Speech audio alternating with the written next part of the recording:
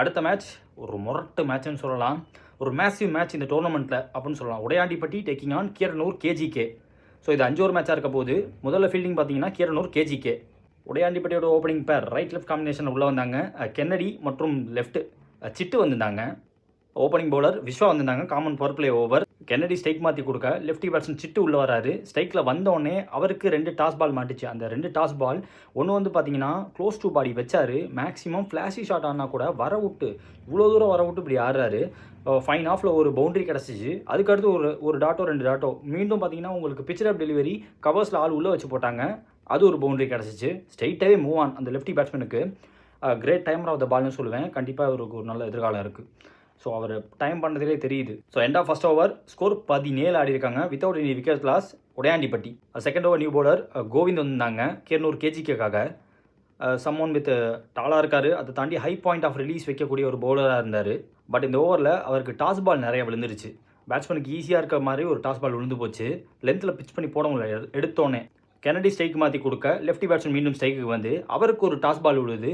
அந்த பால் பவுண்டரியாக மாறுது. அவருக்கு ஒரு ஷார்ட் பாலும் விழுவுது. அந்த பாலும் பவுண்டரியாக மாறுது.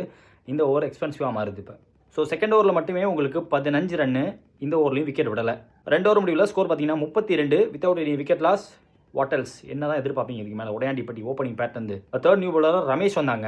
இந்த ஓவரோட முதல் பந்து ஒரு back of length ball outside option போட்டு அது விக்கெட் கீப்பர் மிஸ் பண்ண பின்னாடி பவுண்டரி போயிடுச்சு. முதல் பால் அந்த ஓவரில் ரமேஷ் போகிற முதல் பால் ரொம்ப ஃப்ரஸ்ட்ரேட்டடாக இருந்தாங்க டீமே. ஆக்சுவலாக முதல் பால் ஆல்ரெடி ரன்ஸ் போயிடுச்சு. இப்போ ஒரு பவுண்டரி வேறு போயிடுச்சு அப்படின்னு இருந்தாங்க. தென் அதே ஓவரில் ஒரு ஃபுல்லர் பால் ஒரு சிங்கிள் மீண்டும் லெஃப்டி ஸ்டெக்கு வர லெஃப்டிக்கு அவருக்கு லைன் லென்த்து இவருக்கு விழுவல ரமேஷுக்கு விழுவல. டவுன் தலுக்கு போடப்பட்ட ஷார்ட் பால் அதை கரெக்டாக அடிக்கிட்டாருங்க. இந்த ஓவர் எக்ஸ்பென்சிவ் ஓவராக கொண்டு போயிட்டார். 4-2-6 அந்த ஒரு ஓவரில் மட்டுமே 26 ரன் வந்திருக்கு. துவம்சம் பண்ணியிருக்காரு லெஃப்டி பேட்ஸ்மேன் ஸ்ட்ரைக்கை மாற்றினதுக்காக. ஸோ 3 ஓவர் முடிவில் ஸ்கோர் பார்த்தீங்கன்னா 56 ஃபார் நோ விக்கெட் உடையாண்டிப்பட்டி. அடுத்த நியூ பவுலராக கௌதம் வந்தாங்க. அவர் பார்த்தீங்கன்னா டக்குன்னு குவிக்காக அந்த ஆக்ஷனை முடிக்க பார்க்கக்கூடிய ஒரு பவுலராக இருந்தார். அதனால் 2 ஷார்ட் பால் மீண்டும் இந்த லெஃப்டி பேட்ஸ்மேன் ஆல்ரெடி எந்த வித மிஸ்டேக்கும் பண்ணாமல் ஆடக்கூடிய பேட்ஸ்மேனுக்கு ஒரு 4 ஒரு 6 ஷார்ட் பாலில் கிடச்சி போச்சு. பட் எப்படியோ மேனேஜ் பண்ணி அந்த ஓவரை டோட்டலாக 12 ரன் கன்சீட் பண்ணி போட்டு முடிச்சிட்டார் கௌதம். இந்த மேட்ச்சில் இந்த இன்னிங்ஸில் சோஃபார் 15 ரன்னுக்கு கீழே போடப்பட்ட முதல் ஓவர் இந்த ஓவர் தான். So end of 4 over score பார்த்தீங்கன்னா 68 for no wicket. 6 more remaining முதல் இன்னிங்ஸில் மீண்டும் விஸ்வா கொண்டாந்தாங்க. ஃபஸ்ட் ஓவர் தான் போட்டார். முதல் இன்னிங்ஸ் லாஸ்ட் ஓவர் தான் போட வந்திருக்காரு. மீண்டும் த சேம் லெஃப்டி.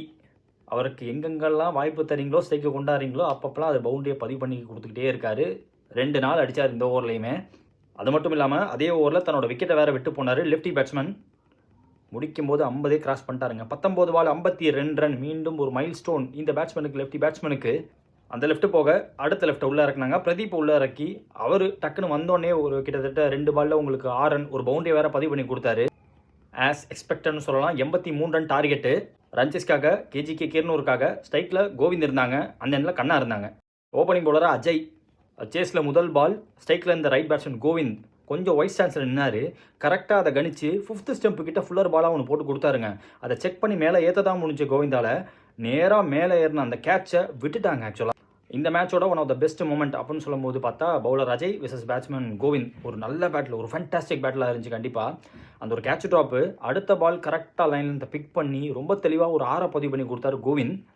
அதுக்கடுத்த பால் மீண்டும் அஜய் வந்து ஒரு ஸ்லோவர் பால் ஒன்று போடுவாருங்க. தட்ஸ் அ பீச் ஆஃப் டெலிவரின்னு சொல்லலாம். கண்டிப்பாக ஸ்டிக் லைன் மேலே பேட்ஸ்மேன் இன்னும் விலைக்கு எதிர்பார்த்த நேரத்தில் கரெக்டாக ஃபுல்லராக கால்ட்டை போட்டுருவார். பேட்ஸ்மேன் ஓப்பன் அவுட்டாக ஆகிடுவாங்க. அந்த மாதிரி ஒரு பந்தை போட்டார் டக்குன்னு. இந்த ஓவரே ஒரு நல்ல பேட்டில் ஆக்சுவலாக. ஒரு கேட்ச் ட்ராப்பு ஒரு 6 அப்புறம் ஒரு டாட்டு அப்புறம் 2 பவுண்ட்ரி.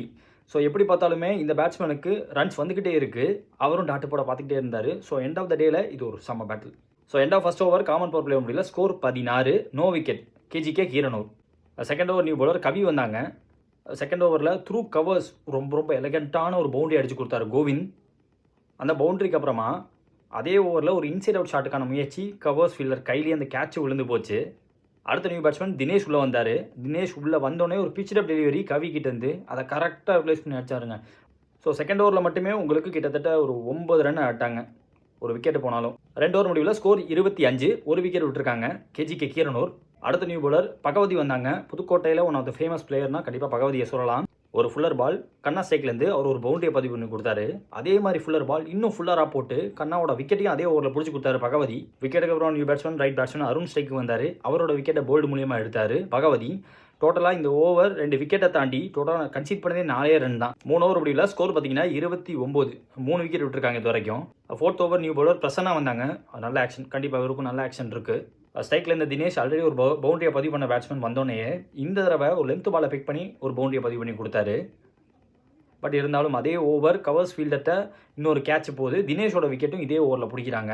ஆல்ரெடி கோவிந்த் அவரோட நல்ல கிளாஸாக கவர்ஸில் ஆடக்கூடிய பிளேயர் அதே இடத்துல விக்கெட் எடுத்திருக்காங்க. செகண்ட் டைம் அங்கே விக்கெட். மீண்டும் ஒரு நியூ பேட்ஸ்மேன் ரமேஷ் ஸ்ட்ரைக்கு வராங்க. ஸோ ரமேஷ் வந்தோன்னே அவர் ஒரு பவுண்டரியை பதிவு பண்ணி தராரு.